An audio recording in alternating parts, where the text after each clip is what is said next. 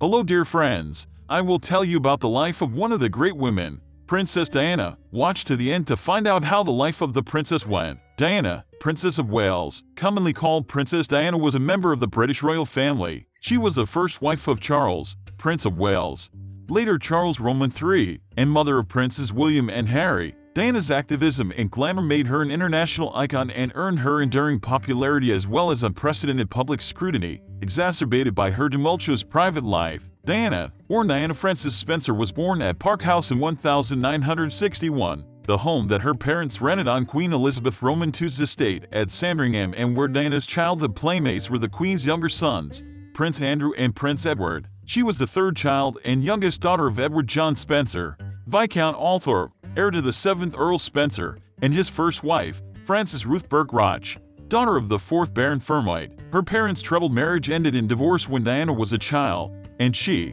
along with her brother and 2 sisters, remained with her father. She became Lady Diana Spencer when her father succeeded to the earldom in 1975. Diana first met the Prince of Wales, King Charles Roman III, Elizabeth Roman II's eldest son and heir apparent, when she was 16 in November 1977. He was then 29 and dating her older sister, Sarah. Charles and Diana were guests at Country Weekend during the summer of 1980 when she watched him play polo, and he took a serious interest in her as a potential bride. The relationship progressed when he invited her aboard the Royal Yacht Britannia for a sailing weekend to Cannes. This was followed by an invitation to Balmoral Castle, the royal family's Scottish residence, to meet his family one weekend in November 1980. She was well received by the Queen Mother, and the Duke of Edinburgh. Charles subsequently courted Diana in London. On February 24, 1981, their engagement was announced, and her beauty and shy demeanor, which earned her the nickname Shy Di, made her an instant sensation with the media and the public.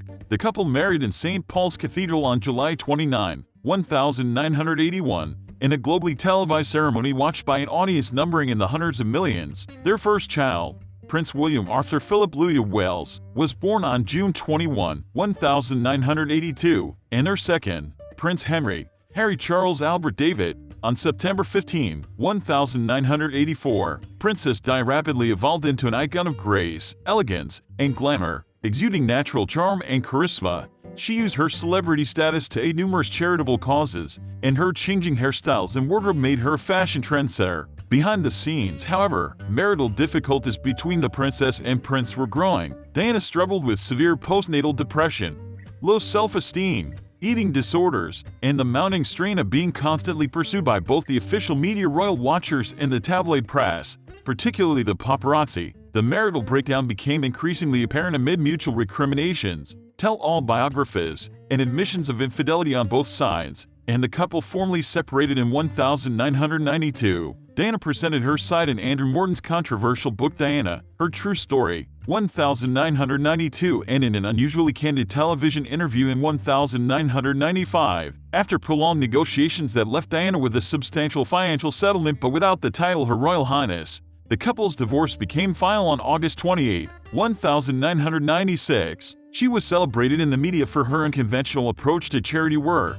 Her patronage is initially centered on children and the elderly, but she later became known for her involvement in 2 particular campaigns. One involved the social attitudes towards and the acceptance of AIDS patients, and the other for the removal of landmines, promoted through the International Red Cross. She also raised awareness and advocated for ways to help people affected by cancer and mental illness, to ensure that William and Harry had an understanding of people's emotions, their insecurities, people's distress, and their hopes and dreams. Diana brought her sons with her to hospitals, homeless shelters, and orphanages, to acquaint them with the world outside royal privilege. She took them to fast food restaurants and on public transportation. Her compassion, personal warmth, humility, and accessibility earned her the sobriquet the People's Princess. Long one of the most photographed women in the world, Diana's unprecedented popularity both in Britain and abroad continued after her divorce. Although she used that celebrity to great effect in promoting her charitable work, the media, in particular the paparazzi, were often intrusive. It was while attempting to evade pursuing journalists that Diana was killed,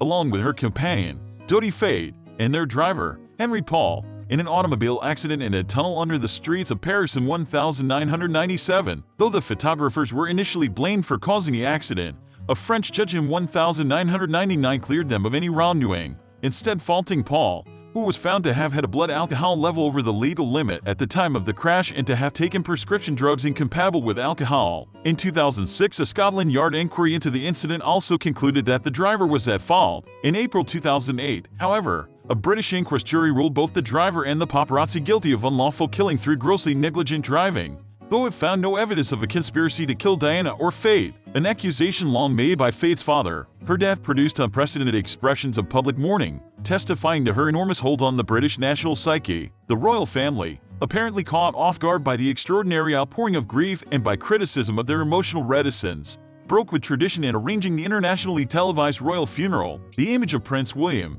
then age 15, and Prince Harry, then age 12, walking solemnly with their father behind Diana's casket in her funeral cortege became iconic. At Diana's funeral, Sir Elton John performed a version of his classic song Candle in the Wind, originally written about actress Marilyn Monroe with lyrics that had been revised by his songwriting partner, Bernie Taupin, to reflect on the life and death of Diana, including Goodbye England's Rose, May You Ever Grow in Our Hearts, / You Were the Grace That Placed Yourself Where Lives Were Torn Apart. Diana was a fashion icon whose style was emulated by women around the world. Ian Halsett of The Telegraph wrote, Diana had an ability to sell clothes just by looking at them. An early example of the effect occurred during her courtship with Charles in 1980 when sales of Hunter Wellington boots skyrocketed after she was pictured wearing a pair on the Balmoral estate. According to designers and people who worked with Diana, she used fashion and style to endorse her charitable causes, express herself, and communicate. Diana remains a prominent figure for her fashion style, impacting recent cultural and style trends. The princess's fashion combined classically royal expectations with contemporary fashion trends in Britain. While on diplomatic trips,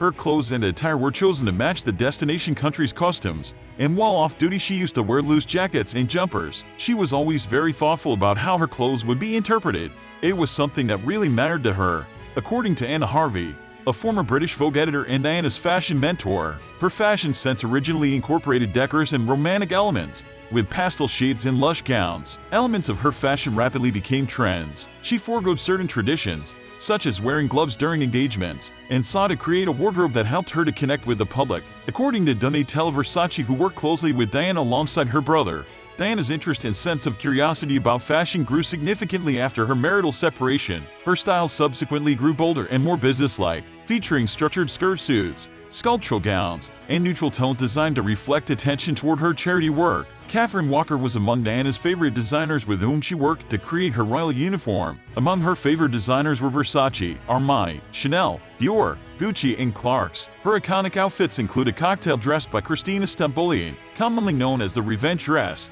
which she wore after Charles's admission of adultery, as well as an evening gown by Victor Edelstein that she wore to a reception at the White House and later became known as the Travolta dress. Copies of Diana's British Vogue featured pink chiffon blouse by David and Elizabeth Emanuel, which appeared on the magazine's cover on her engagement announcement day, sold in the millions. She appeared on 2 more British Vogue covers during her lifetime and was featured on its October 1997 issue posthumously. She was also featured in the cover story for the July 1997 issue of Vanity Fair. Diana did her own makeup for events and was accompanied by a hairstylist for public appearances. In the 1909s, Diana was frequently photographed clutching distinctive handbags manufactured by Gucci and Dior, which became known as the Gucci Diana and Lady Dior.